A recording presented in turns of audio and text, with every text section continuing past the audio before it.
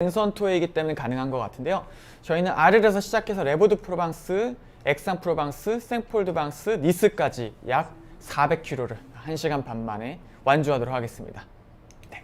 저희가 여러분과 투어를 시작하는 곳은 바로 아르이라는 도시고요. 딱 보셔서 아시겠지만 정말 고전적인 형태의 모습이죠. 일단 건물들도 오래됐고요. 이 도시 남프랑스의 가장 큰 상징, 색을 고르라고 한다면 지금 여러분들이 보고 계시는 파란색일 겁니다. 이 도시는 정말 오래됐습니다. 딱 보이는 것 중에 하나가 정중앙에 솟아있는 탑인데요. 여러분들 이 탑을 저희가 뭐라고 하는지 혹시 아시는 분이 계실까요? 예, 편하게. 네. 어떤 학생들한테 물어봤더니 뭐 석가탑이라고 하는 그런 학생들도 있었는데요. 오벨리스크입니다. 이집트의 문명, 그리고 로마 시대 때 문명이 자리 잡은 곳에서 저희가 볼 수 있는 탑인데요. 태양신을 숭배하기 위해서 만들어진 탑이죠. 네, 그렇습니다. 아르는 저희가 멀리서 이렇게 시선을 하늘로 올라가서 보시는 것처럼 이곳은 로마 시대 때 유적지가 그대로 남아있는 도시입니다. 정중앙의 원형 모양의 저희가 이걸 뭐라고 부르죠? 콜로세움이라고도 여러분들이 이제 일반적으로 대답을 하시던데, 프랑스어는 레자렌, 그래서 원형 경기장이라고 부릅니다. 그래서 검투사들이나 혹은 동물들이 저곳에서 싸움을 했었고, 로마 사람들은 저런 풍경들을 구경하면서 이곳에서 일종의 경기를 관람한 거죠. 도시 자체가 조직적으로 잘 구성되어 있는데 다 모든 것들이 2000년 전에, 약 2000년 전에 세워진 도시입니다. 로마인들의 목욕탕, 무덤 등등 있는 도시인데요. 저희가 이곳에 온 이유는 사실 로마인들의 역사를 알고자 함은 아닙니다. 네. 유정자님께서 말씀해 주신 것처럼 전 세계인들이 사랑하는, 정말 좋아하는 화가 중에 하나죠. 반 고흐를 만나기 위해서입니다. 반 고의 흔적을 찾아보러 지금 다 함께 떠나보시죠. 랜선 투어의 가장 큰 장점은 저희가 시공간을 초월해서 갈 수 있다는 점인 것 같아요. 만약에 여러분들 겨울 프랑스, 남프랑스를 가시게 되면 물론 따뜻한 날씨도 있기도 하지만 흐린 날도 있을 겁니다. 그리고 저희가 고흐의 발자취를 쭉 따라가면서 그가 있었던 여러 다양한 지점들, 그리고 시간들을 실제로 정확하게 계절까지 맞춰가는 건 어렵습니다. 그런데 랜선 투어는 가능하다는 거죠. 일부러 제가 겨울에 찾아왔습니다. 고흐가 아르에 온 이유가 있는데요. 무엇이냐면 바로 여러분의 시선을 돌려보시면 나타나는 아주 뜨거운 남프랑스 햇살 때문입니다. 겨울임에도 불구하고 저런 강력한 햇살이 남프랑스 아르를 비추고 있었고요. 지금 아르는 약 9도였어요. 아까 전에 보신 분들 계실지 모르겠지만 생각보다 그렇게 춥지 않습니다. 파리, 네덜란드에서 활동하던 반 고흐에게 있어서 이 남프랑스는 볼 수 없는, 일반적으로 북유럽 지역에는 겨울에는 정말 비들이 많이 오고 우울한 날씨들만, 흐린 날씨들만 계속되거든요. 그에게 있어서 이곳은 천국과 같은 곳이었습니다. 정말 아름다운 곳이었죠. 그래서 반했고 내가 바라던 그곳에 왔다라고 했는데, 오늘 여러분들과 가는 장소는 그런 즐거움과는 조금 동떨어진 장소입니다. 바로 저희가 이곳에 도착했는데 정말 오래돼 보이는 건물이죠. 글씨가 잘 안 보여서 조금 더 가까이 들어가서 보도록 하겠습니다. 네, 보시게 되면 글자가 적혀져 있는데 여러분들 읽으실 수 있는 분들 읽어보시면 많은 분들이 앞에 있는 글자를 호텔로 읽을 겁니다. 호텔이라고 읽지 않고 불어로는 오텔이라고 있습니다. 그리고 뒤에 있는 단어는 디유라고 하는 뜻이고요. 해석하면 신의 집이란 뜻입니다. 그렇다고 한다면 반 고흐는 수도원에 들어간 걸까요? 어떤 곳인지 저희 한번 들어가 보시죠. 네. 신의 집 오텔 디유라고 하는 단어는 사실 고전적인 중세시대 때 병원이란 뜻이었습니다. 아마도 그 사람들은 신의 집에서 사람이 죽거나 병이 난다라고 생각했던 것 같습니다. 지금은 쓰지 않은 단어인데 반 고흐는 병원에 간 거죠. 반 고흐가 병원에 갔었던 적이 딱 2번입니다. 한 번은 귀를 다쳐서 갔었고, 두 번째는 정신병원에 들어간 건데 이곳은 귀를 다쳐서 온 곳입니다. 여러분들이 정말 반 고흐 하면 떠오르는 그런 이야기들이 이곳에서 펼쳐진 겁니다. 네. 그래서 이거 유정장님께서 말씀해 주신 것처럼 정신병원은 아니었습니다. 네, 왼쪽에 기념품들이 쭉 있는 걸 보니까 반 고흐의 흔적이 있었던 공간인 것 같고요. 또 다른 힌트가 있다면 바로 노란색일 겁니다. 네. 이곳에 저희가 왜 왔냐면 반 고흐의 흔적이 있기도 하고, 여러분들이 보시는 이 풍경은 사실 그림한 장면입니다. 예. 제가 겨울에 온 이유가 반고가 겨울에 이곳에 입원했기 때문이기도 하고요. 이 풍경은 반고의 그림 그대로 남겨져 있습니다. 저는 오늘 미술관 투어가 아니기 때문에 여러분들께 소개시켜 드릴 건 이 지역에 대한 건데요. 그림을 통해서 반고가 이 지역을 어떻게 바라봤는지 단서가 보입니다. 미술학적으로 저희가 분석하면 구도라든지 이런 것들 색채를 이야기할 텐데, 저는 오늘 지역 안내를 하기 때문에 고흐가 이 지역을 얼마나 사랑했는지 여러분들께 설명해 드리고자 합니다. 일단 여러분들 그림을 딱 보셨을 때 질문 하나 던질 건데요. 여러분들 좋아하는 그리고 사랑하는 사람이 있다면 그림을 그릴 때 자세히 그리시겠어요? 아니면 단순히 그리시겠어요? 만약에 저라면 제 여자친구가 있다라고 한다면 제 여자친구를 그릴 때 정말 자세히 그릴 거고요. 조금 더 예쁘게 그림을 그릴 겁니다. 고흐도 마찬가지였어요. 본인이 좋아하는 건 잘 그렸고요. 본인이 좋아하지 않는 건 대충 그렸습니다. 일단 본인이 좋아했던 건 자연이기 때문에 이 나무들, 숲들 보면요. 밑에 꽃이라든지 조금 더 섬세하게 묘사가 되어 있습니다. 실제로 나무도 선이 두텁고요. 하지만 사람들, 전체적인 마을 사람들하고는 크게 어울리지 못했다라고 합니다. 그래서 사람들을 보면 간단히 묘사가 되어 있죠. 저는 이걸 통해서 반고흐가 아르의 자연을 얼마나 좋아했는지 알 수 있었습니다. 자, 반고흐가 병원에 오게 된 결정적인 계기는요, 한 사람과, 정확히는 화가 싸우면서인데요. 일단 고흐가 왼쪽 좌화상이고요, 오른쪽에 있는 인물과 싸워서입니다. 여러분들 아마 이름 아실 것 같은데요. 누구죠? 네, 바로 고갱이라고 하는 화가입니다. 고흐가 남쪽에 내려온 것도 사실 고갱이란 화가 함께하기 위해서였어요. 반고흐가 새로운 화가의 공동체를, 화가의 하나의 무리를 이루기 위함이었고요. 네, 둘 간의 다툼이, 네, 맞습니다. 유정자님 적극적으로 참여해주셔서 감사합니다. 네. 다른 분들도 편하게 참여하셔도 됩니다. 그래서 고갱이과 고흐가 싸우게 됐고요. 이제 많은 분들이 이제 고흐가 스스로 귀를 잘랐다라고 알려져 있는데, 뭐 최근의 연구 결과에 따르면 고갱이 잘랐다라고 하는 그런 연구 결과도 있습니다. 고갱이 이곳에 내려올 때 본인의 취미였던 펜싱칼을 들고 왔던 이야기가 있고, 싸움이 격해지면서 고갱이 잘랐다라고 하는 이야기까지 있습니다. 저는 이 사실 궁금해서 반고의 무덤에 매년 반고 기일에 찾아가서 물어봤어요. 당신의 귀는 누가 잘랐냐고. 고흐는 대답해주지 않더라고요. 일단 어쨌든 병원에 왔는데 고흐가 이 마을 사람들과 친밀감을 가지지 못했었고, 정신이 나간 사람처럼 많은 사람이 생각했기 때문에 사실 고흐를 이상하게 생각했대요. 근데 이상하게 생각하지 않았던 한 인물이 있었는데 바로 이분입니다. 펠릭스 헤이라고 불리는 분인데요. 저희가 책을 보시면 레이라고 이렇게 이야기할 겁니다. 저는 이제 프랑스식으로 말씀을 드렸고, 이분이 고흐를 그렇게 잘 챙겨줬대요. 오른쪽에는 진료 기록부입니다. 그랬더니 고흐가 줄 수 있는 건 억망장자도 아니었기 때문에 줄 수 있는 건 그림밖에 없었대요. 그래서 고흐가 이 의사 선생님을 그려줬고, 이 그림을 받았을 때 이 펠릭스 헤이라고 하는 의사가 기뻐했던 게 아니라 실제로 그 어머니가 이 그림을 정말 싫어했대요. 왜냐면 뒤쪽에 이런 다양한 둥근 형태의 아우라를 보고 마치 귀신, 살아있는 귀신을 그린 것 같다라고요. 그래서 이 그림을 집어 던졌고, 닭장 지붕으로 쓰이다가 최근에 돌고 돌다가 러시아 푸시킨 미술관에 무려 500억에 팔렸다라고 합니다. 제가 타임머신을 타고 돌아간다면 이때로 꼭 돌아가고 싶네요. 반고의 병원에 보면 이런 동상이 하나 있습니다. 최근에 생긴 거예요. 2019년. 네, 벌써 최근이라고 하는 말씀도 드리기가 어색한데, 반고의 모든 흔적들이 남아있죠.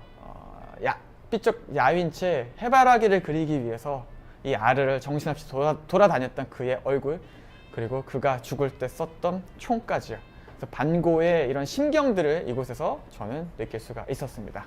네, 저희 랜선트는 이런 식으로 진행이 됩니다. 자, 그럼 저희가 병원, 조금 기분이 나쁠 수도 있을 것 같아서 저희가 바깥으로 좀 가보도록 할게요. 바로 이 지역입니다. 이곳은 아르의 남쪽으로 한 차로 한 10분 정도만 내려오면 발견할 수 있는 곳인데, 별명이 있습니다. 반고 다리라고 하는데요. 그 이유가 뭐냐면, 이것 때문입니다. 반고가 그림을 그렸기 때문인데, 이 반고가 이곳을 그렸던 이유가 뭐냐면요, 본인의 고향인 네덜란드, 이곳은 암스테르담에 있는 마레 개폐교라고 하는데요, 이런 다리를 보고 비슷해서였다라고 합니다. 그 이유가 뭐냐면, 아르는 이 네덜란드와 비슷한 것 중에 하나가 지대가 낮았고, 그리고 네덜란드는 땅의 대부분 많은 지역이 해수면보다 25%가 낮기 때문에 이런 운하 형태로 도시가 많이 구성이 됩니다. 그래서 이런 다리들을 많이 볼 수가 있고요. 배가 지나가면 열리고 사람이 다닐 땐 내려오는 형태. 그래서 반가운 마음에 이런 그림들을 그려냈다라고 합니다. 그래서 저희가 때로는 반고의 그림 세세하게 붓터치부터 자세하게 설명드리기보다 이런 식으로 좀 해석하는 것도 단순하게 볼 수 있는 하나의 방법이기도 합니다. 네, 그래서 반고의 흔적을 저희가 쭉 보기도 했습니다. 그래서 나중에 한번 여러분들 네덜란드 가시게 됐을 때 이런 것들 좀 비교해 보시면 좀 좋을 것 같습니다. 자, 그러면 저희가 외부를 좀 봤고요. 이제 시내로 한번 들어가 보시죠. 좀 맑은 날씨 속에 저희가 좀 여행을 하려고 합니다. 네, 이 아르에 여름으로 순식간에 이동을 했고요. 정말 벽에 많은 낙서들, 포스터들이 좀 붙어 있는데 저런 것들이 저는 지저분하다라는 느낌보다도 남프랑스 자연스러운 느낌과 연관되어 있는 것 같습니다. 많은 사람들이 마스크를 끼지 않고 돌아다니는 시절, 그 시절을 돌아가고 싶은데요. 여러분들 잠시만 주목해 볼까요? 네, 지금 보이시는 이 음식 하나 있는데 보기에는 맛없어 보이는 형태인 것 같기도 하고 저녁에 좀 배고프기도 한 것 같은데요. 여러분들 저 음식 이름 뭔지 혹시 아세요? 저 특이한 형태의 음식. 사실 위에 글씨가 적혀져 있었습니다. 네, 뭘까요? 네, 바로 빠야라고 하는 음식인데 빠이 하면 일반적으로 저희가 스페인 사람들이 먹는 거다라고 생각을 하실 것 같은데 이 남프랑스 아르에 있는 사람들도 먹습니다. 왜냐면 이곳은 스페인과 그렇게 멀리 떨어져 있지 않고요. 그리고 문화도 거의 공유합니다. 예를 들어서 남프랑스 아르의 원형 경기장에서는 투 경기도 실제로 열립니다. 물론 이제 남프랑스식으로 좀 다르지만. 그래서 이런 흔적들이 남아 있었고 반고가 아르를 좋아했던 가장 큰 이유 중에 하나가 반고는 이 사람들 좋아했대요. 왜냐면 스페인 사람들 흥겨운 그런 모습들 때문에 실제로 어울리지 못했던 점이 조금 아쉬웠던 것 같아요. 그래서 이런 흔적들이 남아 있고요. 정면에 보이시는 동상은 반고는 아니고 이 지역의 유명한 문학가입니다. 미스트랄이라고 불리는 분이기도 합니다. 아름다운 아르 그리고 여름의 풍경들 빨리 돌아왔으면 좋겠다라는 생각을 저희가 가지면서 간접적으로 소망을 가지면서 저희가 이동을 하고 있는데요. 한 관광객이 보이네요. 이 사람 왜 있냐면 바로 이곳이기 때문입니다. 이 광장 옆에 노란색의 카페가 있습니다. 여러분들 반고의 그림하면 아주 유명한 그림들 혹시 여러분들 어떤 것들 알고 계신가요? 알고 계시는 그림들 혹시 있다면 이렇게 간단히 올려주시면 제가 같이 보면서 이렇게 말씀을 드릴 수 있을 것 같은데요. 여러분들이 알고 계시는 반고의 그림 제목 혹시 있으시다면 좀 올려주시면 감사하겠습니다. 그 중에 하나의 배경지입니다. 아르를 대표하는 그림이기도 하죠. 네, 맞습니다. 류정장님 오늘 정확히 알고 계시는데요. 밤의 카페 테라스의 배경입니다. 사실 이 그림의 제목은 르카페 르수아, 저녁 카페라고 하는 별명을 갖고 있었는데요. 저는 여기서 여러분들께 한 스토리를 가지고 말씀드리려고 하는데 이 그림을 저는 다빈치 최후의 만찬처럼 이 최후의 성경의 한 이야기들을 바탕으로 이 그림을 보려고 합니다. 최후의 만찬의 내용은 예수님이 죽기 바로 직전에 제자들과 함께 성만찬을 행했던 이야기인데요. 그 이야기 속으로 저희가 그림 속으로 한번 들어가 보도록 하겠습니다. 들어가시죠. 네, 저희가 그림 속으로 쭉 들어왔습니다. 이제 확대해서 실제로 보고 있는데 지금 여러분들이 보고 계시는 건 그림의 테라스에 사람들이 앉아서 식사하고 있는 그런 장면의 모습입니다.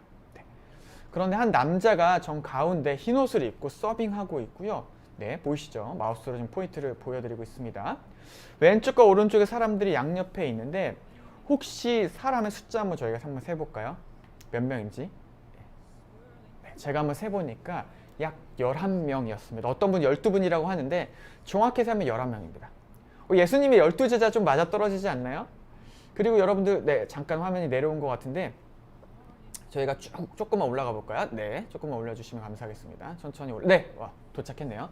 자, 정 가운데 있는 남자의 모습을 보면 흰 옷을 머리부터 발끝까지 하고 있는 걸 보면 예수님의 복장 연결되지 않는 것 같나요? 예수님의 제자와 예수님이 같이 식사하는 장면으로 저희 위치해 볼 수 있을 것 같은데 예수님의 총만찬 마지막 최후의 만찬 때 같이 밥을 먹었던 사람은 12명입니다. 한 명은 어디 있을까요? 한번 오른쪽으로 저희가 조금 시선을 옮겨주시겠어요? 네, 맞습니다. 정 가운데 노란색 좀 동떨어져 있는 사람 보이세요? 네. 네. 자, 노란색 가운데 동떨어져 있는 사람. 네. 사람들 여성분 저기 세 분 있고요. 정 가운데 있는 사람, 네, 그 사람이요. 네. 네. 정 가운데 있는 저분이 물 위로부터 떨어져서 뭔가 밖으로 나가는 것처럼 느껴지지 않나요? 제가 저 이야기를 한번 조합을 해보니까 예수님의 제자 중에 한 명이 유다가 예수님을 배반하기 위해서 마음을 먹고 있었는데 그때 예수님이 먼저 알아보고 이야기를 한 거죠. 귓속말로. 다른 제자들이 들을 수도 있으니까. 이렇게 이야기했다고 합니다. 네가 날 배반할 거지? 유다가 깜짝 놀라서 물 위로부터 뛰어나와서 누구에게 가냐면 바로 여러분들 보고 계신 뒤편에 말 탄 사람에게 갑니다. 제가 이 아르레 시내를 같이 걸어본 이유가 있습니다. 아르는요 1800년도 후반도라고 하더라도 말 탄 사람이 지나갈 수 없는 그런 구조입니다. 반고는 이곳에 1888년부터 9년까지 있었거든요. 그 당시에 말 탄 사람이 여길 지나갔을까요? 저는 개인적으로 그 시대에 가보지 않았지만 동의하기 어려운 것 같습니다. 제가 찾아본 자료도 그랬고요.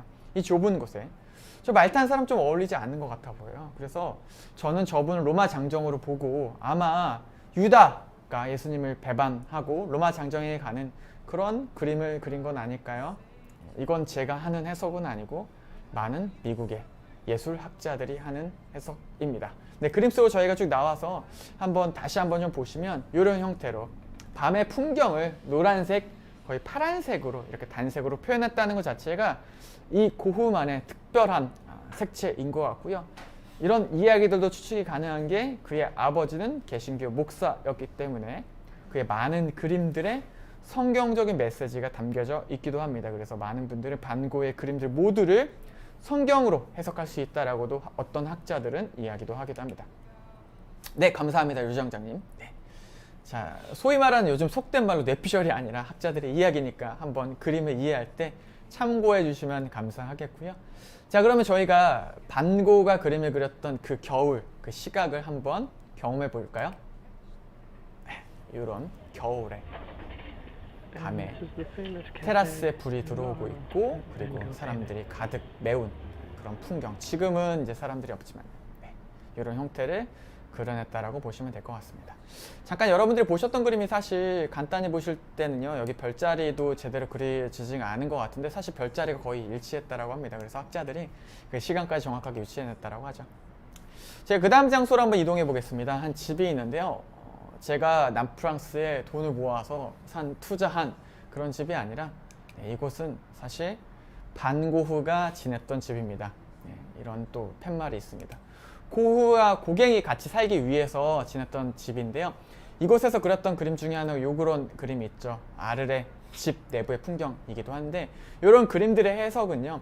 제가 궁금하신 분들을 위해서 제가 남프랑스 투어를 처음 만들고 나서 이 장소가 고흐의 그림 배경지입니다 이런 얘기를 하다 보니까 손님들이 오르세에 이런 그림들이 있는데 이런 그림 설명해 주세요 하게 돼서 그런 요청이 있으셔서 제가 오르세 투어도 개설했습니다. 이 내부의 풍경은 오르세 투어에서 설명드리니까 혹시 궁금하신 분들은 오르세 랜선 투어를 참여해 주시고요.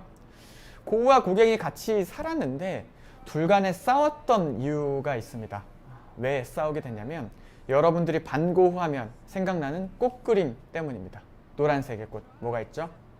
네, 바로 해바라기 때문입니다. 반고흐가 왜 해바라기 그렸는지 학자마다 의견이 분분하게 다른데 확실한 건 고흐가 이 해바라기를 그린 건 바로 고갱에게 선물로 주기 위해서입니다. 어쨌든 본인을 만나기 위해서 고갱이 남프랑스로 내려오게 된 거거든요. 그런데 고갱이 어떤 식으로 대답했냐면요. 바로 이런 식으로 화답했습니다. 뭔가 삐뚤어진 자세, 그리고 유화를 그리는데 펜촉 같은 걸 들고 있죠. 도저히 봐서 붓은 아닙니다. 이런 말도 안 되는 그림을 고갱이 화답하게 되고 쌓여있던 것이 폭발해서 둘 간에 싸움이 일어납니다. 그리고 나서 귀가 잘리게 되고 여러분들이 보셨던 병원에 입원하게 된 거죠. 그래서 안타까운 일들이 이 아르에서 일어나게 됐습니다. 저희가 여기서 만들어진 작품들은 좋아하지만 사실 고흐는 아르를 좋게만 추억할 수 없었을 것 같습니다. 저희가 남프랑스 여행하다 보니까 너무나 더운 것 같아요. 그래서 저희가 잠깐 외부로 나가 보니까 론강이 이런 식으로 펼쳐집니다. 아주 시원하게 푸른색 빛깔, 아주 저런 날씨, 아주 뜨거운 날씨 속으로 저는 다시 한번 돌아가고 싶기도 하고 남프랑스가 생각이 나는데요. 잠깐 이곳에 기다리면서 저희가 밤을 맞이해 보니까 이런 풍경이 나타납니다. 아주 조그마한 시골 마을에 푸른색의 하늘이, 대기 오염이 없기 때문에 푸른색 하늘이 펼쳐지고 있고요. 빛들, 워낙 사람들이 많이 다니는, 그리고 화려한 도시가 아니기 때문에 전등이 고스란히 강가에 비춰지고 있는 아름다운 도시죠. 네, 맞습니다. 론강의 별이 빛나는 밤의 그림의 배경지입니다. 실제 그림과 거의 실제로 여러분들 가서 보시게 되면 이런 풍경은 좀 보실 수가 없어요. 참고로 솔직히 말씀드리면 이거는 좀 여러분들께 좀 보여드리기 위해서 극대화된 사진이기도 한데요. 저는 고흐의 론강의 별이 빛나는 밤 요 그림을 보면서 가장 떠올랐던, 제가 남프랑스 그리고 프랑스에 살면서 느꼈던 것 중에 하나는, 이 당시에 많은 화가들이 낮의 풍경을 그렸어요. 왜냐면 이 인상파라고 하는 사람들, 그 당시에 같이 활동했던 화가들은 그냥 빛에 반사되는 부분들, 화려한 부분들만 그렸었거든요. 그리고 밤에는 저희 깜깜하잖아요. 지금처럼 화려한 도시도 없었고. 그런데 이 조그마한 도시에서도 빛이 있다는 거죠.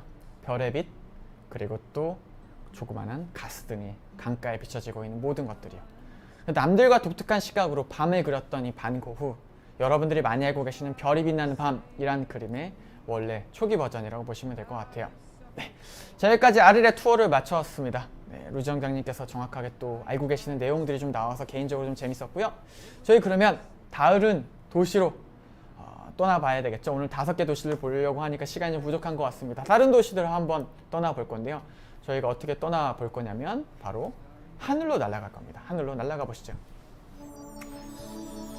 랜선 투어만의 매력이 있다면요, 저희가 실제로 여러분들 이곳에 가셔서 보실 수 없는 다양한 시점으로 여행할 수 있다라는 것 같아요. 제가 실제로 이곳을 가셨던 분들도 이런 시점들은 잘 보시지 못했을 것 같은데, 제가 이걸 왜 보여드리냐면, 여러분들 남프랑스 하면 생각나는 것 중에 하나가 푸른색의 하늘, 그리고 바닷가, 이런 이미지일 텐데, 그런 것들보다 지금 여러분들이 보고 계시는 하얀색의 바위, 그리고 푸른색의 초원들, 올리브 나무, 이런 풍경들을 훨씬 더 많이 보십니다. 그래서 실제로 이런 공간들이 많다라는 걸 좀 보여드리고 싶어서 이 지역으로 오기도 했었고요. 이 드넓은 평야, 그리고 산이 있는 이곳을 저희가 날아가서 도착할 곳은요, 바로 레보드 프로방스라고 하는 지역입니다. 한 동굴에 들어갈 건데요.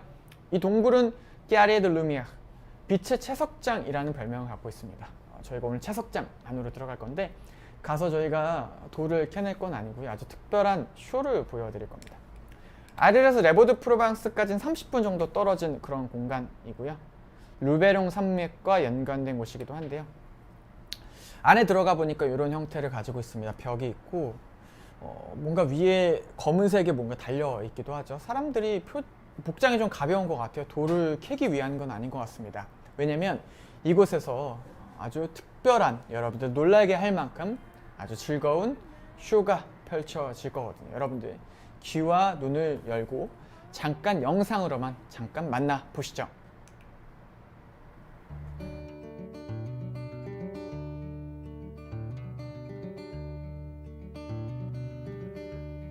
Starry, starry night, flaming flowers that brightly blaze, swirling clouds of violet haze, reflecting Vincent's eyes of china blue, colors changing hue, morning fields of amber grain, weathered faces lined in pain are soothed beneath the artist's loving hand. Now I understand what you try to say to me, and how you suffered for your Saturday, and how you tried to set them free. They would not listen, they did not know how. Perhaps they'll listen now, for they could not love you. Still love was true, and when no hope was left in sight on that starry, starry night, you took your life as lovers often do. But I could have told you, Vincent, this world was never meant for one as beautiful as you. Now I think I know what you try to say to me, and how you suffered for your sanity, and how you try to set them free. They would not listen, they're not listening still. Perhaps they'll never will. Starry, starry night.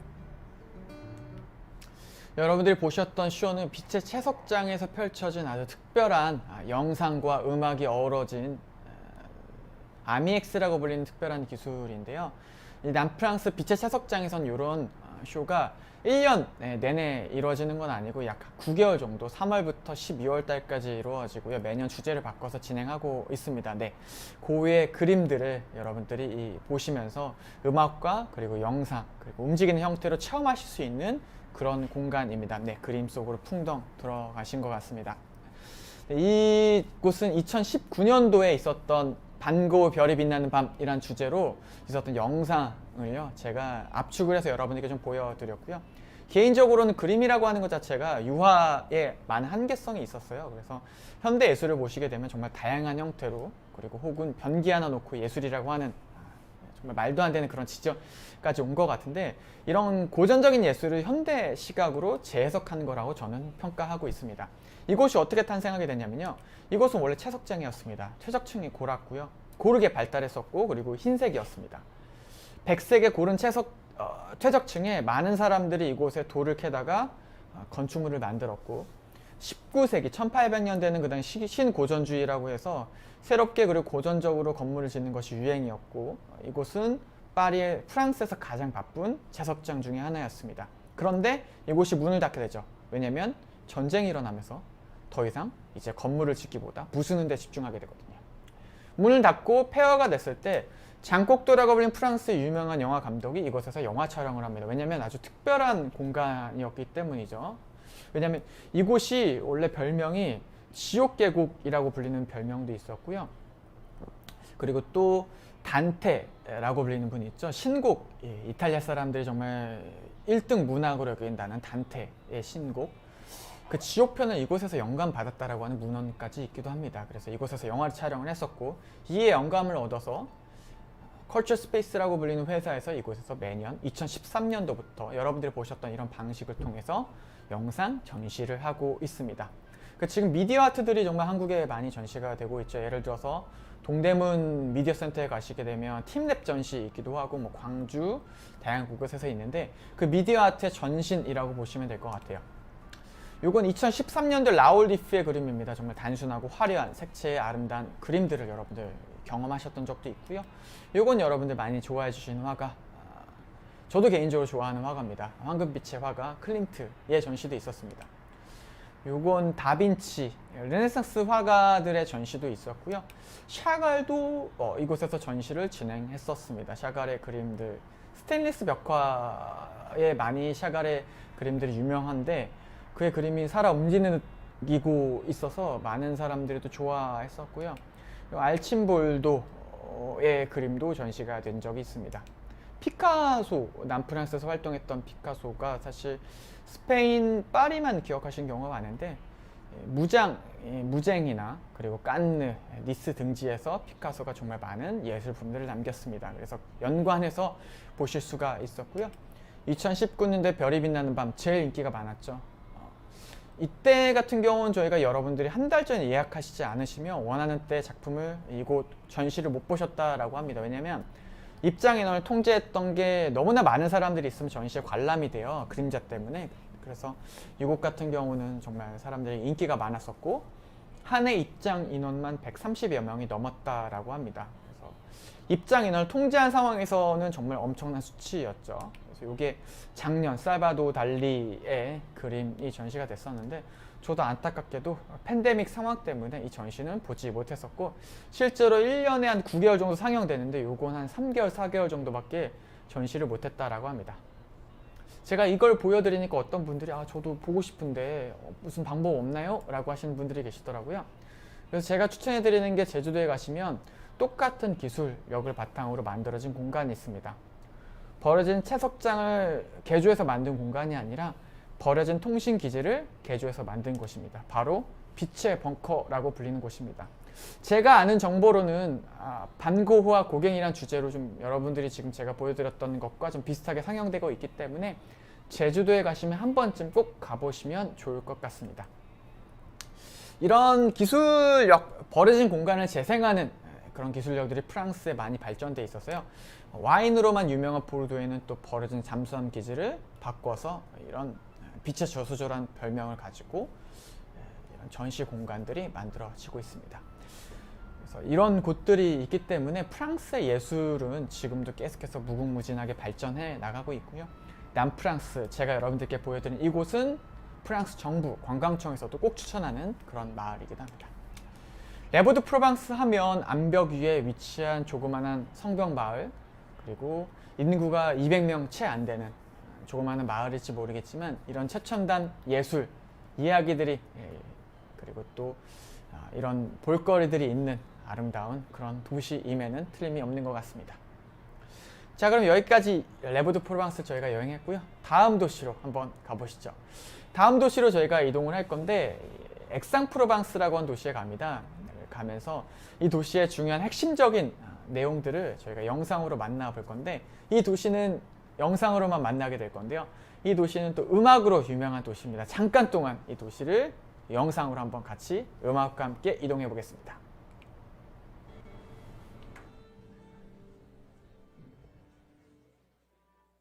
지금 보셨던 도시가 바로 액상프로방스인데요. 액상프로방스는 생각나는 것들 중에 하나가 분수, 그리고 음악, 그리고 사람들이 뛰어놀 수 있는 그런 평온함, 그리고 또 이곳에 있는 시장들에 보여지는 뭐 깔리송, 멜론 등등인 것 같아요.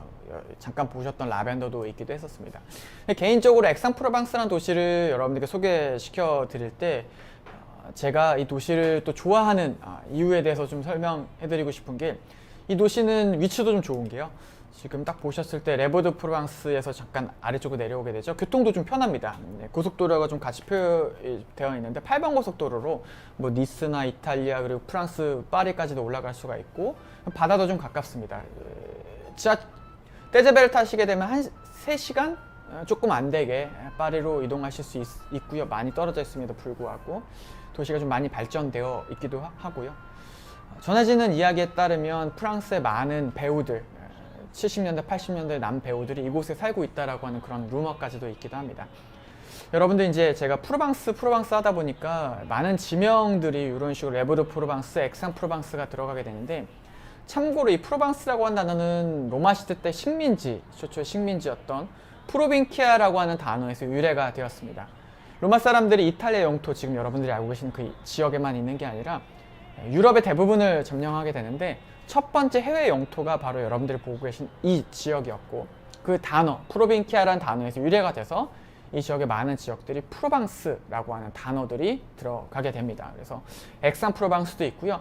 저희가 이따 가게 될 생폴드 방스도 연결이 되어 있고요. 뭐 살롱드 프로방스 등등 다양한 지명들이 있습니다. 한번 기억해 주시면 좋을 것 같아요. 자, 이곳은 분수가 많은 이유가 뭐냐면, 남프랑스, 프로방스 지역은 살기에 정말 좋은 곳인데 단점 하나가 뭐냐면 물이 그렇게 풍부하지 않다라는 점입니다. 그래서 그럼에도 불구하고 이 지역은 물이 많았기 때문에 옛부터 로마 시대 때부터, 그리고 프로방스 공국, 프랑스라고 하는 나라가 합쳐지기 바로 이전부터 이곳은 수도로 많은 사람들이 발길이 끊이지 않았는데요. 저희가 이곳에 온 건 지금 여러분들이 보고 계신 동상 위에 모자를 쓰고 있고요. 이분의 직업을 여러분들 유추해 볼 수 있는 뒤에 이상한 도구들, 미술 도구들인데요. 이분의 흔적을 한번 좀 살펴볼 거고요. 그리고 또 액상 프로방스였으니까 한번 거리도 걸어가 봐야 되겠죠. 실제 한번 거리 한번 가볼까요? 네. 액상 프로방스의 정중앙에 있는 미라보 거리입니다. 미라보 다리는 파리에 있습니다. 미라보라는 사람이 시인이자 그리고 정치인이었고, 그리고 프랑스에 영향력 있는 사람이었기 때문에 그분의 이름을 딴 많은 지명들이 있습니다. 잠깐 음악 소리 잠깐 조그맣게 들리세요? 네, 조그맣게 미심하게 들릴 텐데, 사실 저분이 왜 이렇게 잘 친다는 느낌은 좀 없어요.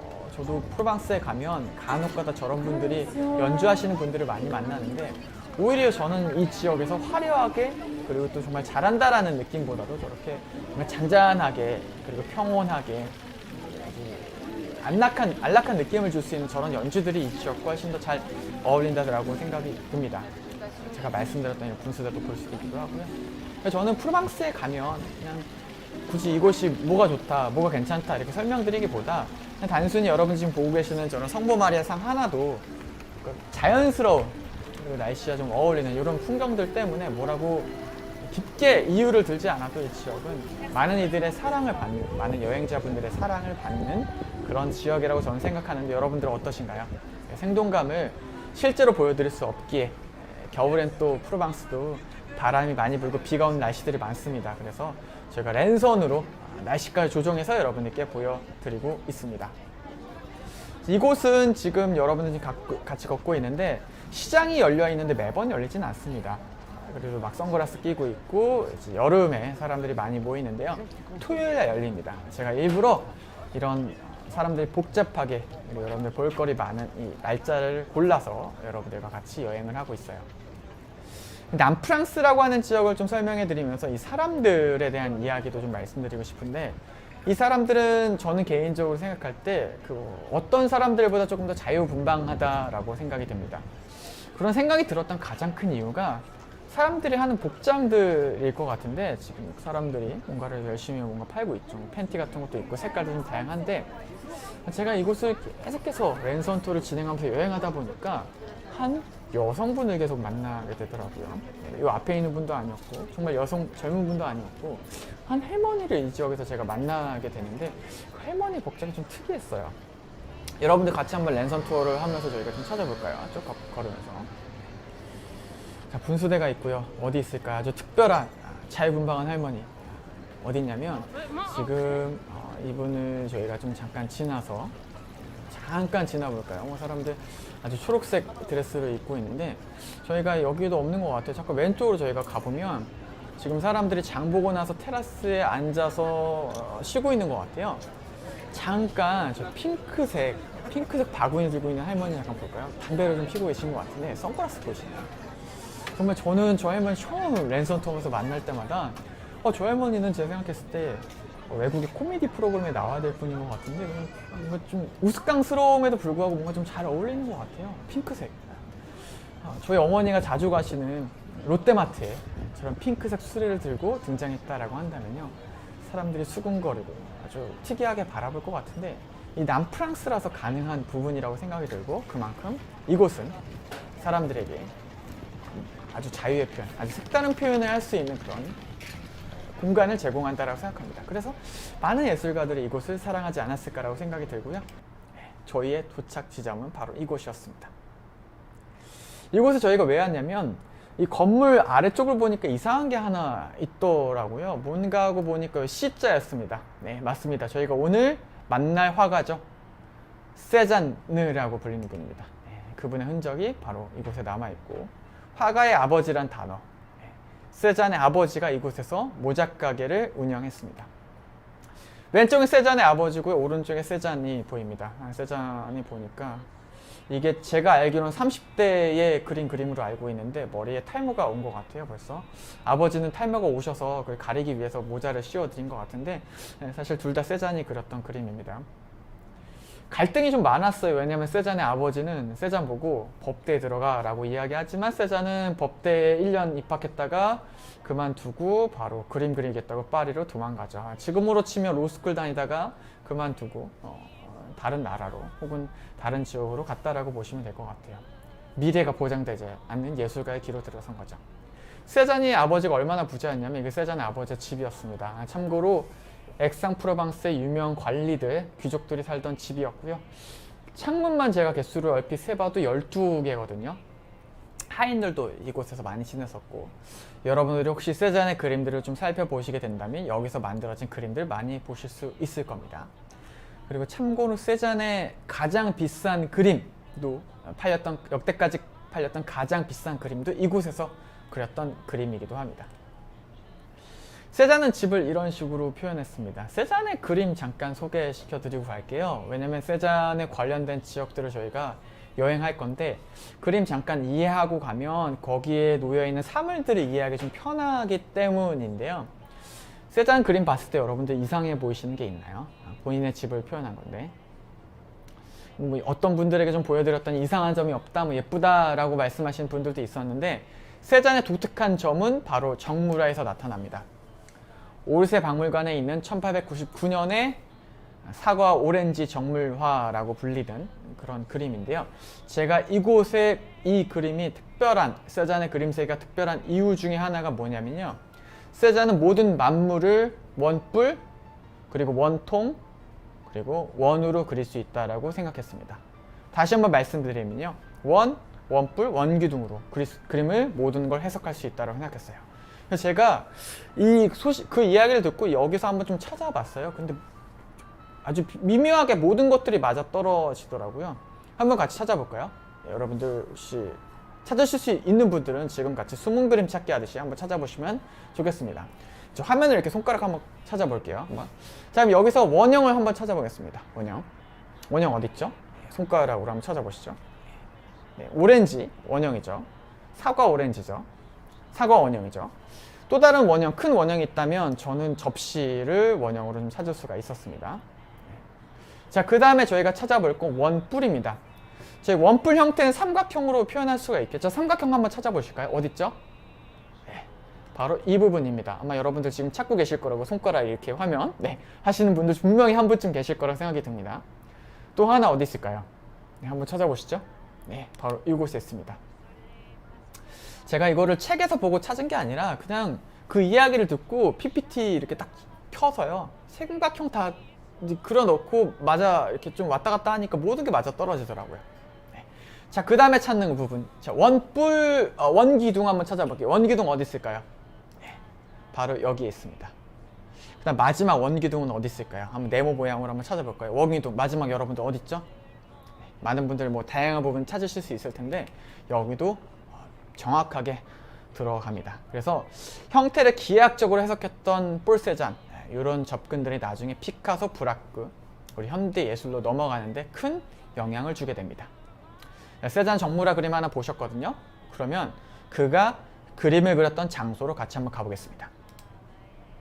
네, 아뜰리에라고 하는 단어 많이 보셨을 겁니다. 아뜰리에 세잔인데요. 아뜰리에란 단어는 공방, 작업실이라는 뜻입니다. 여러분들 혹시 뭐 지나가다 많이 보셨을 때 아는 채, 그러니까 아는 채 해주셨으면 좋을 것 같고요. 이곳은 세잔이 살던 집이 아니라 작업실입니다. 작업실 한번 볼까요? 죽을 때까지 있었던 공간입니다. 2층으로 되어 있습니다. 저것만 봐도 세잔의 아버지가 얼마나 돈이 많았는지를 저희가 가늠할 수 있을 것 같은데 고우랑 좀 비견되지 않나요? 고우 같은 경우는 가난해가지고 동생한테 맨날 돈 꿔달라고 얘기하고 그 돈 받아가지고 자기가 안 쓰고 가난한 사람 주기도 하고 그리고 물감 그릴 값이 없었던 고우와 정말 비견되는 것 같아요. 정말 부자, 손꼽히는 부자 화가들 집안 중에 하나였어요. 그래서 이곳에 작업실에 머물렀고 세잔이 여기에 온 이유가 있는데 그 이유가 뭐냐면 아내와 사이가 안 좋았기 때문입니다. 이를 해결하기 위해서 이분이 법정에 간 것도 아니고요. 상담 받은 것도 아닙니다. 해결책이 있었는데 단 하나가 바로 제가 이걸 말씀드렸던 어떤 분이 공감을 많이 하시더라고요. 바로 이제 서로 떨어져 있는 시간을 많이 가진 거예요. 그래서 집은 놔두고 세잔이 이제 작업실을 꾸려서 그곳을 버리고 이곳에 온 겁니다. 그리고 나서 서로 사이가 좋아졌다라고 합니다. 이렇게 얘기했더니 많은 분이 공감하시더라고요. 그분의 작업실로 저희가 갈 건데 이곳은 작업실은 아니고 조그마한 전시 공간입니다. 버려져 있다가 이후에 세잔의 추종자들이 돈을 모아서 이곳을 박물관화 했고요. 아래층은 에밀 보나르라고 하는 화가가 이제 살았었고 친구들 돈이 많다 보니까 갈 곳 없는 화가들 좀 받아줬었고요. 그리고 위층에서 본인이 작업실을 꾸리면서 죽을 때까지 여기를 활용했었고 그리고 거의 유명한 작품들을 거의 다 보실 수 있습니다. 기념품 가게는 저희가 빼놓을 수 없죠, 갈 때. 실제로 한국의 많은 전시보다 기념품들이 좀 저렴한데 저희가 잠깐 밖을 볼까요? 사람들이 좀 밖에 기다리고 있죠. 지금 저 사람들이 왜 기다리고 있냐면 이곳을 즐기거나 하는 게 아니라 들어오실 때 잠깐 보셨던 분들 아실지 모르겠지만 여기 왼쪽에 판넬이 하나 있었던 게 조그마한 세잔이 홀로 생활하던 공간이에요. 그래서 이런 여러분들이 보시는 작품들이 기념품들이 만들어졌던 공간에 혼자 생활하다 보니까 공간이 좁습니다. 그래서 예약을 하지 않으면 들어갈 수가 없는데 저희는 예약하지 않아도 갈 수 있습니다. 왜냐면 랜선 투어이기 때문이죠. 모든 것들을 막 뛰어넘습니다. 자, 잠깐 올라가서 제가 들어가자마자 왼쪽에 계신 분한테 인사를 할 거예요. 근데 이분이 제 인사를 받아줄 겁니다. 랜선 투어니까요. 한번 해볼까요? 봉주. 네, 받아주죠. 네. 자, 안에 공간에 저희가 들어왔습니다. 지금 많은 분들이 이제 세잔의 그림을 추억하면서 이야기를 듣고 있는데, 왼편에 보이시는 모자와 외투는 세잔이 비가 오나 눈이 오나 저걸 쓰고 액상프로방스의 풍경을 담기 위해서 갔었고요. 밖에 나갔었고, 잠깐 보여드렸던 세잔의 정물화의 배경이 됐었던 사물들을 보고 계십니다. 네. 사다리 밑에 있는 건 텔레비전 안에 세잔의 그림들 쭉 보여드리는데, 저 그림들이 왜 이상한지, 왜 특별한지 이런 것들을 제가 일부러 좀 설명해 드렸습니다. 시점을 바꿔버린 겁니다. 그리고 본인들의 많은 유품들, 박물관에 전시돼야 될 것들이 여기에 다 모셔져 있고요. 그리고 편지도 상단에 노출되어 있었습니다. 참고로 과일은 세잔에 있을 때까지, 살 때까지 있었던 건 아니고요. 자, 액자 틀도 보입니다. 난로, 1906년도에 세잔이 죽었기 때문에 이런 난로들 그 당시 사용했었고요. 팔레트, 미술 도구들, 그리고 그림, 유화는 없지만 스케치들이 보관되어 있습니다. 네, 이런 공간이에요. 그래서 세잔의 그림을 이해하지 않고 그냥 보면 이거 뭐야, 이거 골동품, 이거 뭔가라고 생각하실 것 같은데, 그 세잔에 여러분들이 보고 계시는 많은 작품들, 이거 다 탄생된 지역이니까 여러분들 이곳을 보신다는 것 자체가 큰 의미가 있을 것 같고요. 여러분들 앞으로 세잔의 그림들을 전 세계 유명한 박물관들 찾아가실 때, 저 그림, 요거 다 세잔에 내가 갔던 작업실에서 그렸던 그림이겠네 라고 유추해서 보실 수 있기 때문에, 예술, 그림을 좋아하시는 분들의 이곳이 성지순례하는 그런 아주 중요한 의미가 담겨진 그런 지역입니다. 액상프로방스의 관광청에서도 꼭 가보라고 이야기를 하고요. 자, 그럼 저희가 네 번째 도시로 한번 이동해 볼 건데요. 이번에도 똑같이 하늘로 올라갑니다. 제가 하늘로 올라오는 이 도시를 소개할 때 꼭 이유가 하나 있는 게, 이게 실제로 가보시면 이런 풍경을 거의 못 보는 건 당연하겠죠. 근데 이 공간에 대해서 설명할 때 하늘에서 보는 것만큼 설명이, 그거 하나가 다 모든 것들 설명이 된다라고 생각합니다. 성벽도시입니다. 성벽도시고, 그리고 보호하기 위해서 만든 공간이죠. 그리고 다른 공간들은 이제 풀로 덮여져 있고. 근데 혹시 이 공간이 배 모양처럼 생기지 않았나요? 저는 이곳이 예술가들을 구출하기 위한 방주라고 개인적으로 생각을 하고 있고 별명을 붙여주었는데, 왜 그런지는 저희가 안쪽으로 들어가 볼 거고요. 이곳에는 그 예술가들의 작품이 걸려져 있는 한 공간이 있습니다. 그 공간도 제가 꼭 소개시켜 드릴 겁니다. 도착한 곳은 액상프로방스에서 약 한 2시간 정도 차를 타고 가야 하는 곳이고요. 생폴드방스라고 불리는 공간입니다. 보셨을 때 숲으로 된 공간은 방스고요. 저 성벽이 생폴입니다. 그래서 좀 합쳐서 생폴드방스라고 이야기합니다. 자, 일단 이곳에 화가들이 많이 왔는데 2차 세계대전 때 전쟁이 일어나면서입니다. 전쟁이 일어나면서 많은 화가들이 파리에 머물다가 나치가 점령하게 됐고, 더 이상 이제 본인들이 그곳에 거주하게 된다면 전쟁에 끌려갈 수도 있기 때문에, 그리고 혹은 죽임을 당한다라든지, 그래서 피난을 가야겠죠. 그래서 피난에 가서 도착한 곳이 이곳 집단 거주지가 이 생폴드방스인데, 그분들의 예술 작품이 남겨져 있는데 지금 여러분들 찾으실 수 있을까요? 네. 아름다운 색채로 칠해져 있는 공간, 저걸 저희가 모자이크라고 이야기합니다. 벽화라고 이야기하지 않고 정확히 얘기는 모자이크인데, 타일에다가 색칠해 놓은 건데, 이거 어떤 분 작품이냐면 바로 마크 샤갈입니다. 마크 샤갈, 한국에서도 전시가 있었지, 예술의 전당에서도. 많은 분들이 좋아해 주시는 화가인데, 그분의 작품 여러분들 예술의 전당 가서 15,000원? 네, 맞습니다. 유정장님 맞습니다. 17,000원씩 보고 보셨죠? 네, 여기 가시면 무료로 보실 수 있습니다. 이렇게. 자, 이곳 카페가 있는데, 마을 안쪽에 가면 이 카페에 앉아서 저희가 잠깐 뭐 쉬었다 가면서 더 자세히 이 마을을 구경하려고 하는데요. 아마 화가들도 이곳에 와서 이야기도 하고 많은 커피, 식사들을 먹었을 걸로 추정은 됩니다. 잠깐 저희가 이곳에 와서 쉬니까 어떤 한 사람들이 특별한 이상한 공놀이를 하더라고요. 잠깐 같이 볼까요? 네. 구슬을 발로 놓고요. 기준점인 것 같아요. 어떤 한 사람이 또 다시 공을 굴려서 저걸 맞추려고 하는 것 같습니다. 다시 한번 볼까요? 그리고 다시 한번 보겠습니다. 네. 기준점이 되는 검은색 공을 어떤 사람은 발로 밟고 있고, 네. 비석치기 하는 것처럼 좀 보이죠. 이게 뭐냐면 백당크라고 하는 경기입니다. 그래서 저 가운데 있는 공에 최대한 가까이 가면 스코어를 획득하는 경기인데 실제로 제가 촬영한 장면을 보여드립니다. 이게 2019년도 12월 25일 날이었는데 벌써 1년도 훨씬 넘었네요. 그래서 이런 공놀이들, 프랑스의 아주 대표적인 한가로운 공놀이들을 아마 화가들도 즐겼을 것 같습니다. 이 지역에 오면 꼭 하는, 항상 이런 놀이를 하는 사람들이 있는 지역이거든요. 자, 그렇다면 제가 이곳에 온 이유가 유명한 화가들, 그리고 유명 파리에 활동했던 화가들이 피난 왔다라고 말씀드렸잖아요. 그분들이 집단으로 거주했던 공간 한번 찾아가 볼게요. 그리고 그분들이 이곳에서도 본인들의 예술을 멈추지 않았습니다. 그러면 그분들의 작품들이 있겠죠. 바로 이곳인데요. 라콜롬브도 황금 비둘기라고 하는 간판이 있고요. 이곳은 호텔 그리고 여관으로 식당으로 활용됐습니다.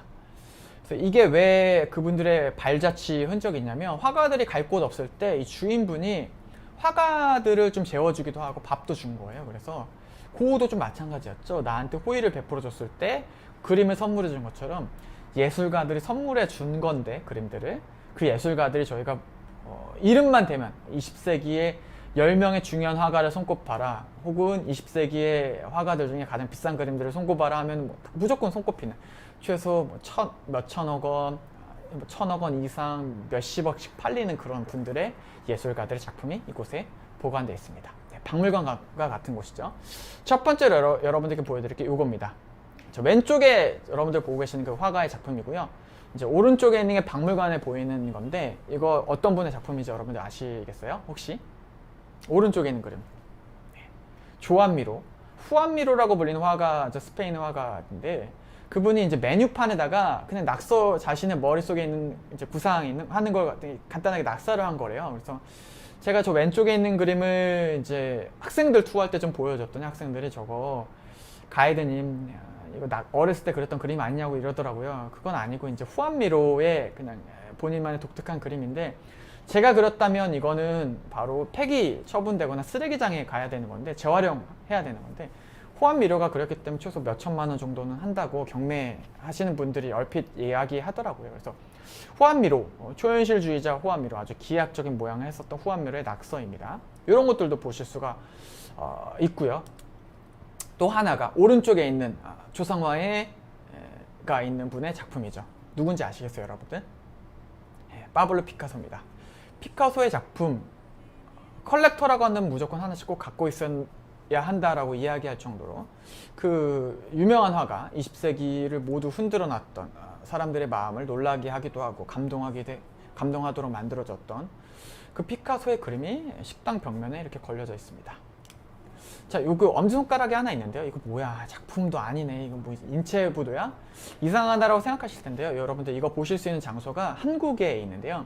유명한 작가입니다, 나름.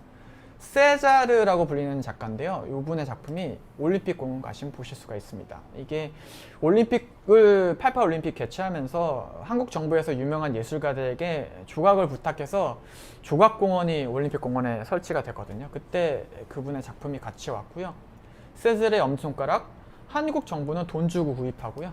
이분은 친밀해서 이런 식으로 받게 됩니다. 네, 이런 아주 보물 같은 장소, 박물관보다도 훨씬 더 좋은 작품이 있는 장소, 호텔이거든요. 여러분들 이후에 이곳 코로나 상황이 정리가 좀 된다면 여기 한번 묵어보시거나 식사를 해보시는 것도 좋을 것 같은데 최소 몇 달 전에 예약은 꼭 필수입니다.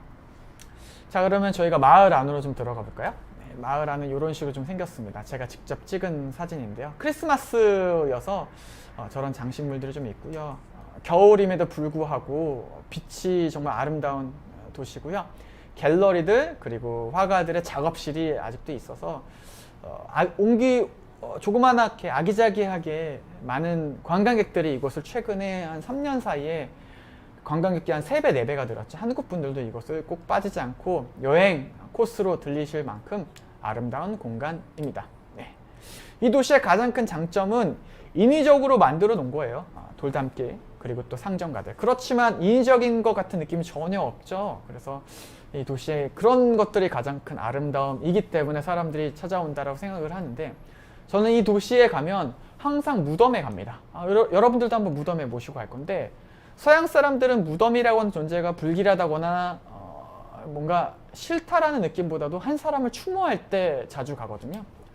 저희가 이 무덤 마을 끝에는 무덤이 왔는데 무덤에 온 이유가 아까 류정장님께서 말씀해 주셨던 한 화가의 흔적을 찾기 위해서입니다. 그리고 저는 이 화가의 작품들, 유럽에 여행을 하면서 손님들을 안내하거나 그리고 박물관들을 제가 직접 찾아갈 때 이분의 작품들 꼭 골라서 혹은 배경지들 꼭 찾아갑니다. 바로 마크 샤갈입니다. 마크 샤갈의 묘인데요. 프랑스 같은 경우는 가족묘로 같이 진행이 돼서 샤갈 그리고 두 번째 부인 그리고 두 번째 부인의 동생까지 같이 붙여져 있습니다. 근데 여러분들 딱 보셨을 때 옆에 있는 무덤들과 좀 다른 점이 있죠. 고양이가 있다라고 하는 게 정답이 아니라요. 바로 돌들이 올려져 있는데 그 이유가 뭐냐면 이 마크 샤갈은 유대인이기 때문입니다. 유대인들의 오래된 전통 중에 하나가 어떤 한 사람이 죽었고요. 그 사람들을 추모할 때 내가 정말 존경해야 되는 사람이다 라고 할 때는요. 바로 여러분들 이렇게 보실 때 무덤에 돌을 올려놓으면서 이렇게 그런 것들을 이런 식으로 의미한다라고 합니다. 내가 당신을 존경합니다 라고 하는 의미입니다. 샤갈은 20세기 유태인 그 조그마한 비테프스크라고 하는 마을에서 태어나서 많은 사람들의 마음을 감동하게 하기도 했고요. 유태인 화가로서 가장 성공한 화가를 꼽는다라고 하면 많은 분들 이견이 있겠지만 첫 번째로 꼽을 때 샤갈을 거의 다 꼽을 겁니다. 그만큼 성공한 화가예요. 유태인으로서 본인들의 정체성들을 많이 알려줄 수 있는 그런 화가였기 때문에 많은 사람들이 이곳에 돌을 올렸는데 관광객들이 이곳에 많이 몰려들기 시작하면서 그 뜻도 모르고 최근에는 그냥 올려놓는 분들도 많았고요. 한국에 저희가 금자탑이라고 하나요? 제가 좀 잘 문화를 잘 몰라서 맞나요? 네, 그런 등산감에 이렇게 탑 올려놓는 것들이 있죠. 이렇게 올려주시는 분들도 좀 있는데 저희 랜선 투어 참여해주신 분들이 이곳에 갔을 때 그 의미를 아실 수 있을 것 같습니다. 그래서 샤갈의 몇 가지 같이 감상을 했고요. 저희는 오늘의 마지막 도시 바로 니스로 가보도록 하겠습니다. 니스로 한번 영상과 함께 아주 흥겨운 음악과 함께 니스로 이동한 도시 니스. 개인적으로 여러분들 손님께서 많은 분들이 이런 질문도 하시는데 프랑스에서 한 도시만 꼭 가볼 수 있다면 어디를 추천하시거나 저보고 어디를 갈 건지 가야 되는지 물어보신다면 저는 이 도시를 추천합니다. 개인적으로 이 도시는 여행하기에 정말 좋은 곳인 게 볼거리도 많기도 하고 그리고 무엇보다 날씨 좋은 것과 더불어서 바닷가 근처에 있거든요. 그래서 알록달록하게 아름다운 도시 니스에 잠깐 맛보기를 좀 보셨는데요. 생폴드방스가 그렇게 멀리 떨어져 있지는 않습니다. 그리고 니스 같은 경우 여러분들 꼭 가면 제가 추천하는 하나의 행동이 하나 있는데 바로 뭐냐면 바닷가 걷기입니다. 네, 걸어보실까요? 네.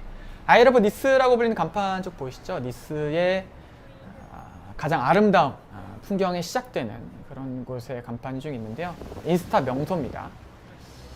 자, 니스의 해변가를 제가 꼭 여러분들과 걷자라고 말씀드리는 이유는 뭐냐면요. 니스의 가장 아름다운 곳이기도 하고 정체성을 잘 보여주기 때문이기도 한데 아름다운 바닷가를 볼 수 있기 때문입니다. 그리고 해안선이 이런 식으로 곡선 이루어져 있는 부분이 정말 아름답죠. 그럼 같이 한번 걸어볼까요? 네, 관광객들을 좀 피해서 쭉 걷도록 하겠습니다. 마스크 쓸 필요도 없습니다. 여러분 집에서도 쉽게 이렇게 걸으실 수가 있습니다. 조심하셔야 되는 것 중에 하나는 이제 오른쪽에 킥보드 타는 사람들도 있고요. 자전거 타는 사람들도 있는데 잠깐 이 사람들을 좀 피해서 저희가 니스의 바닷가 색깔 한번 보러 가시죠. 정말 아름다운 지금 추운 날에 꼭 다시 꼭 돌아간다면 저는 저 바닷가로 여름철에 바닷가로 다시 가고 싶은데요. 저 바닷가 색깔을 프랑스어로 뭐라고 부르냐면 아주 빛깔이라고 이야기합니다. 네, 사전적인 의미로는 여러 다양한 해석이 되는데 저는 하늘빛이라고 하는 단어를 꼭 가져오고 싶은 게 쪽빛깔이라고 하는 뜻을 가지기도 하는데요. 이 바다가 하늘색과 거의 구분되지 않는 그런 하늘에서 볼 수 있는 다양한 색깔들을 이 바다에서 느낄 수 있기도 합니다. 아주 빛깔, 그런 빛깔이 아주 아름다운 도시이기도 합니다. 그런 바닷가를 여러분들 보시기도 하고요. 프랑스 사람들은 저 바닷가, 아주 빛깔의 저 바닷가가 지중해에 연안되어 있는 많은 도시들보다 가장 아름답다라고 이야기도 합니다. 네, 이렇게 뜨는 사람들을 저희가 뒤로 하고요. 니스라고 하는 곳은 최근에 한국 관광객들이 한 2, 3년 사이에 급증하면서 많은 분들이 오고 있습니다. 단체 여행으로 많이 가시기도 하지만 최근에는 자유여행자들도 많았거든요. 여러분들 아마 혹시 지나가다가 한국 여행자들도 보실 수 있을 것 같아요. 예, 왼쪽에 잠깐 보이시나요? 한국 분들도 이렇게 저를 보면서 아는 체도 안 하고 지나가시네요. 자, 니스 바닷가에 저희가 산책로의 별명이 있는데요. 영국인의 산책로라고 하는 별명이 있습니다. 영국 차들이 여러분들 지금 보고 계시는 저런 차도로 지나가서가 아니라 돈 많은 영국인들이 산업혁명을 통해서 많은 막대한 부를 획득하고 시간이 남게 돼요. 부자들 같은 경우 일을 안 해도 돈을 버니까. 그때 많은 휴양지를 찾다가 발견한 게 바로 이 아름다운 해변가, 저희가 이따가 내려가게 될 건데, 이런 아름다운 도시 니스를 발견하게 됐고, 이곳에 그분들의 별장이 자리 잡게 되면서 이곳이 영국인의 산책로라고 하는 별명이 만들어지게 됐습니다. 네, 파라솔 지역은 저희가 돈을 내야 되니까 저희는 돈 안 내는 지역으로 한번 가볼게요. 자갈은 일부러 여러분들 이제 발 다치시지 않을 수 있도록 인공 자갈을 좀 깔아 놓은 거고요. 네, 많은 분들이 여름이면 빼곡하게 많은 사람들로 채워서 붐비는 도시 니스. 저 니스에 가면 해변가도 좋지만 개인적으로 두 번째로 꼭 가봐야 되는 곳이 있다라고 한다면 저는 이곳을 추천합니다. 백화점 아니고요, 에르메스 매장, 루이비통 매장 아니고 바로 시장입니다. 꾸살레아 꾸살레아 길이라고 불리는 곳인데 시장이 있거든요. 아침 8시부터 5시까지 열리고요. 겨울에는 9시 혹은 10시에 여는 경우도 있습니다. 시장을 왜 보여드리냐면 프로방스의 많은 지역들이 여러분들 가셔야 하는데 시간 관계상 못 가시는 경우가 정말 많을 거예요. 그때 이 니스 시장 한번 가시면 그곳 모두 가신 것 같은 느낌 받으실 수 있는 게 프로방스의 많은 것들 다 집약되어 있습니다. 일단 첫 번째로 꽃. 프로방스에는 꽃이 많이 생산돼서 이걸 가지고 향수를 만듭니다. 그라스라고 하는 지방. 향수 용어에 등장하기도 하고, 루이비통, 지방시, 디올, 크네스, 많은 지금의 유명한 향수 만드는 분들이 그곳에서 지금도 제작을 합니다. 자, 두 번째 비누, 라벤더, 모든 프로방스의 물건들 경험하실 수가 있고 참고로 쌉니다. 정말 저렴하게 구입하실 수도 있습니다. 그래서 이제 외국 관광객들 이거 꼭 들리고 한국 관광객들이 잘 안 들렸어요. 근데 저는 같이 여행 가시는 분들 여기 꼭 가자고 추천해서 꼭 가시는 편이기도 하고요. 같이 과일도 좀 사 먹기도 하고 선물용으로 기념품들 꼭 사시라고 추천해드리기도 합니다. 꽃도 비싸지 않아요. 그래서 보면 10유로 적혀져 있죠. 한 다발이 10유로 정도입니다. 그래서 한국의 거의 3분의 1 정도 수준인 것 같아요. 10유로 하면 지금 한 13,000원 정도 하는데 다양한 것들을 좀 보실 수가 있는데요. 이제 시장을 쭉 걷다 보면 시장 끝에 거리 끝에 아까 저희가 니스로 여행하면서 만났던 아주 특별한 거 하나 보시게 될 겁니다. 바로 뭐냐면요, 이 건물을 만나시게 될 겁니다. 이 건물 만날 텐데요. 노란색 집인데 이곳이 한 화가 연관되어 있는 지역입니다. 한 화가요. 네, 어떤 화가일까요? 질문 던져보니까 어떤 분들이 고흐 아니냐고, 노란색 칠해져 있으니까. 네, 고흐는 아니고 지금 한국에서 이 화가의 탄생 150주년, 제가 150주년을 알고 있는데 이 화가를 기념하면서 전시회가 강남의 한 박물관에서, 미술관에서 지금 전시가 있죠. 뽕피드에서 전시가 기획됐었는데 안타깝게 지금 저희가 못 가고 있는데요. 네, 바로 마티스입니다. 마티스란 화가는요, 야수파로 저희가 공부하다 보면 자연스럽게 외우게 되잖아요. 저는 이제 그 미술적인 얘기를 하려고 하는 게 아니라 지역을 얘기를 하려고요. 마티스가 이제 파리에 있다가 법률가를 하려다가 이제 그만두고 이제 미술가로 들어가서 그 다음에 꼴리에르라고 하는 지역에 가서 그 동료들과 몇몇 친구들과 함께 그림을 그리고 나서 파리에서 1805년에 전시를 하게 되는데, 그분들의 전시를 저희가 이 전시 이후에 새로운 그분들의 그림을 보면서 많은 분들이 야수파, 야수가 울부짖는 것처럼 그림을 그린다라고 해서 야수파가 탄생하게 됐고, 그 이후에 이 마티스라는 인물은 승승장구하는 그런 인물입니다. 네, 저희가 성함은 잘 모르겠지만 손님이신 것 같아요. 마티스. 네, 잘 맞추셨습니다. 맞습니다. 네, 마티스가요, 파리에서 활동을 하다가 니스로 내려옵니다. 그리고 나서 죽을 때까지 여기서 그분들의 거울짝들을 쭉 완성합니다. 그림 그리는 풍경도 확 달라져요. 초반기에 그 야수파라고 일컬었던 그런 아주 강렬한 색채보다 이 남프랑스 색채에 맞춰져서 파란색들, 그리고 독특한 본인의 또 이런 많은 것들이 좀 나타나게 되는데요. 혹시 여러분들 마이아트 뮤지엄에서 지금 펼쳐지는 마티스의 전시를 가시게 되면 파란색들이 많이 나타날 겁니다. 그런데 그 많은 파란색들이 다 이 시중에 여러분들이 보셨던 아주 빛깔의 니스 앞바다에서 영감을 얻었다라고 본인이 이야기하고 있어요. 그리고 지금 보시는 이 그림은 방금 보셨던 그 건물에 머물 때, 3층에서 머물 때 이 풍경을 그렸던 니스 앞바다입니다. 그래서 마티스가 정말 사랑했던 그런 니스 그리고 바닷가라는 걸 설명해 드리고 싶어서 잠깐 이곳을 보여드렸고요. 제가 또 다른 지역을 가야 된다. 세 번째로 어딜 갈까요? 라고 물어보시면 저는 이곳을 추천합니다. 바로 마스네 광장입니다. 자전거 꼭 다니실 때 주의해 주시고요. 이 광장 같은 경우는 바둑판 무늬로 되어 있는 건 지중해 느낌을 좀 받을 수 있는 그런 공간이고요. 사람들, 중요 행사들이 꼭 열리는 곳이기도 하고, 저기 건너편 끝에 여러분들 보셨을 때 붉은색에 있는 집들이 이제 구시가지입니다. 여러분들 가셨던 시장, 그리고 저기 끝까지 걸어가시게 되면 바닷가로 연결되는데 구시가지고요. 저희 걸어오는 방면 뒤쪽으로 가시게 되면 신시가지입니다. 그래서 이곳 니스를 오시는 분들은 이곳을 필연적으로 갈 수밖에 없는데요. 잠깐 시선을 돌려보면 한 행사가 열리네요. 아이언맨 70.3 월 챔피언십 적혀져 있는데, 이곳에 뭐 마블 영화 상영하는 게 아니라 철인 3전 경기입니다. 2019년도에 이런 아주 중요한 유럽에서 유명한 철인 3전 경기도 진행을 했었고요. 행사들이 쭉 열립니다. 니스의 카니발도 열리게 되는데, 이곳을 오면 특이한 니스의 분위기 때문에 사람들이 또 지중해 여러 다양한 도시들과 좀 독특한 분위기를 갖고 있어서 사진을 막 찍는데, 가다 보니까 이상한 건축물 하나, 조각상이 있는 것 같은데요. 바로 이겁니다. 길다란 봉 같은 곳에 사람들이 쪼그리고 앉아있는 형태의 조각상일까요? 작품인 것 같은데, 잘 안 보이시는 분들을 위해서 제가 밤의 풍경을 준비했습니다. 바로 이런 풍경입니다. 불이 들어오죠. 여러분 한번 개수 한번 세볼까요? 하나, 둘, 셋, 넷, 다여, 일곱 개죠.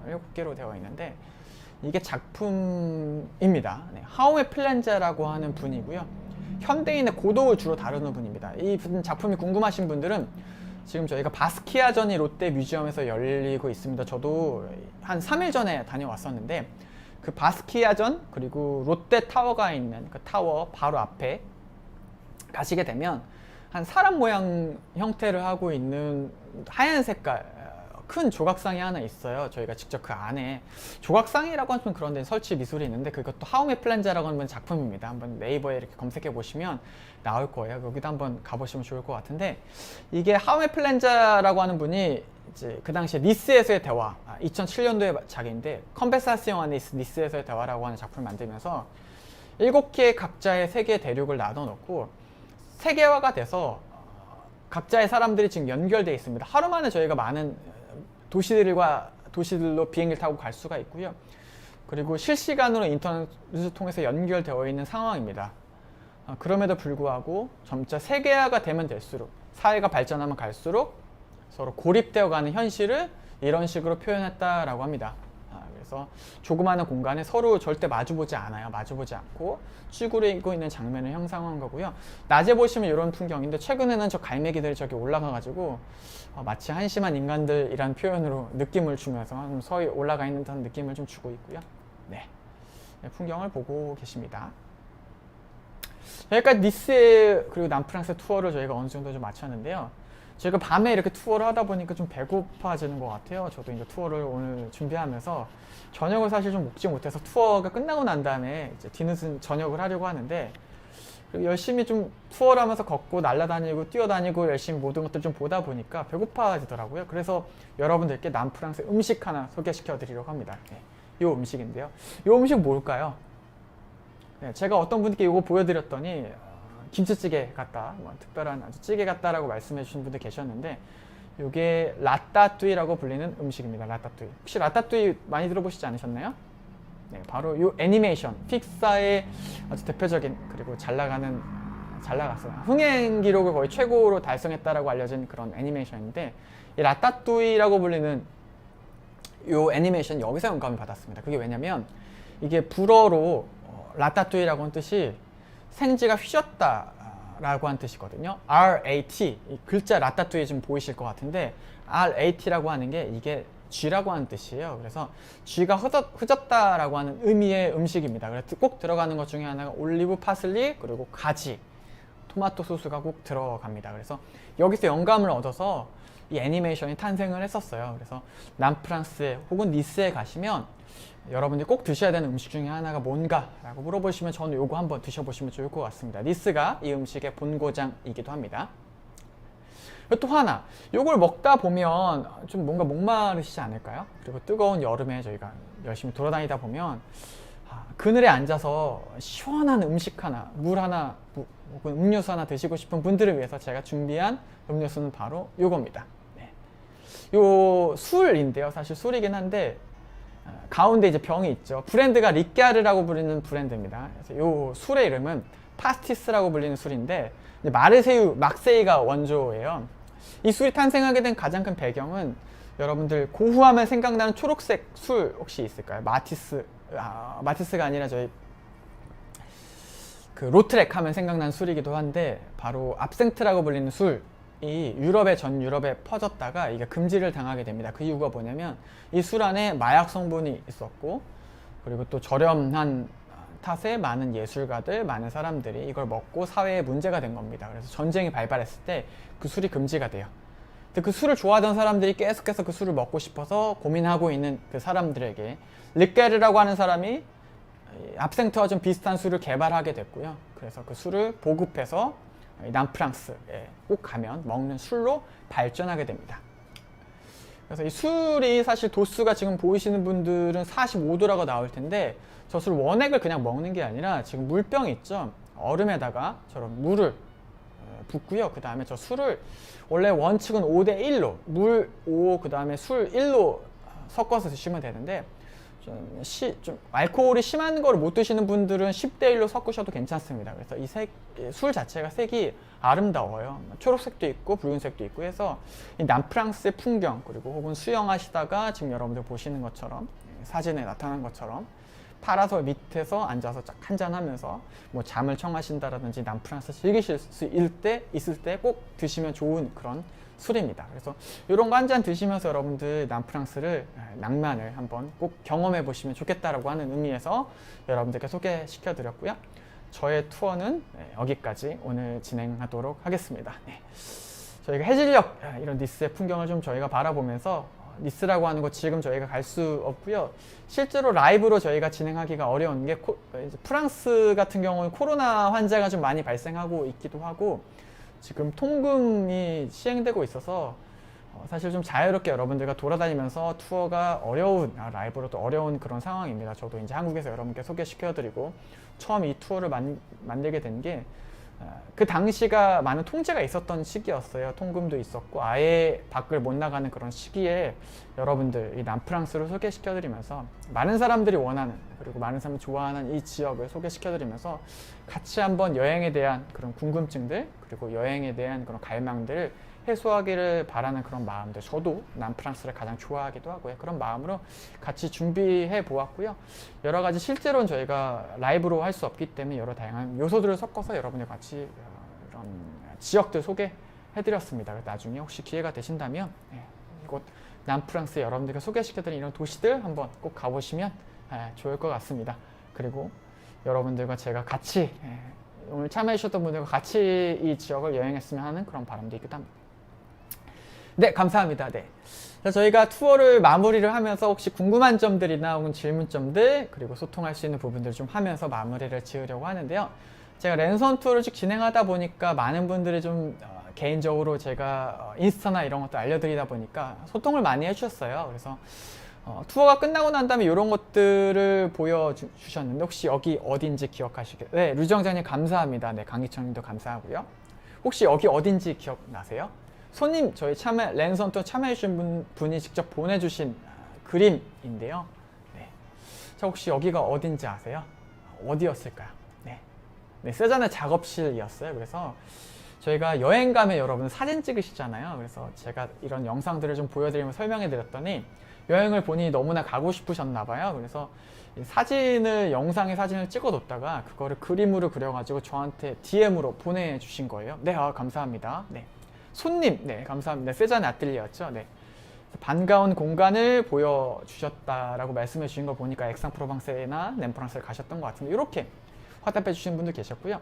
여기 남프랑스의 론강이 별이 빛나는 밤 그림 배경지 이런 그림도 본인이 직접 사진 찍었다 이렇게 그림으로 남겨주셨습니다. 네. 그래서 좀 개인적으로 남프랑스 랜선 투어를 하면서 많은 분들의 이런 즐거움 그리고 또 투어 이후에 지금 올려주신 분들, 유정장님을 비롯해서 손님, 서혜매님 이런 분들의 좋은 피드백을 제가 들을 때마다 개인적으로 좀 힘이 나기도 하고 이런 지역들을 가고 싶은 열망이 개인적으로 좀 컸던 것 같습니다. 그래서 이런 식으로 좀 저도 투어를 하면서 개인적으로 해소하고 있기도 합니다. 네. 자, 그럼 질문이 좀 올라오는 것 같은데 질문 좀 보면서 여러분께 좀 답변을 드리도록 하겠습니다. 서혜민님, 유정자님, 손님, 손나인이신가요? 제가 정확하게 좀 영어여서 잘 모르겠지만 오늘 좋은 피드백 주셨던 분들 감사합니다. 메론 꿀버님께서 가이드님 파리 및 유럽 여행 시에 남프랑스 며칠 정도 잡고 가면 좋을까요? 라고 질문해 주셨는데요. 개인적으로 처음 가시는 분들이라면 저는 추천해 드리는 게 5박 6일 정도 하면은 지금 여러분들께 보여드렸던 코스, 이 코스 하면서 몇몇 도시들을 섞어서 같이 진행을 하면 아마 좋을 것 같기도 하고요.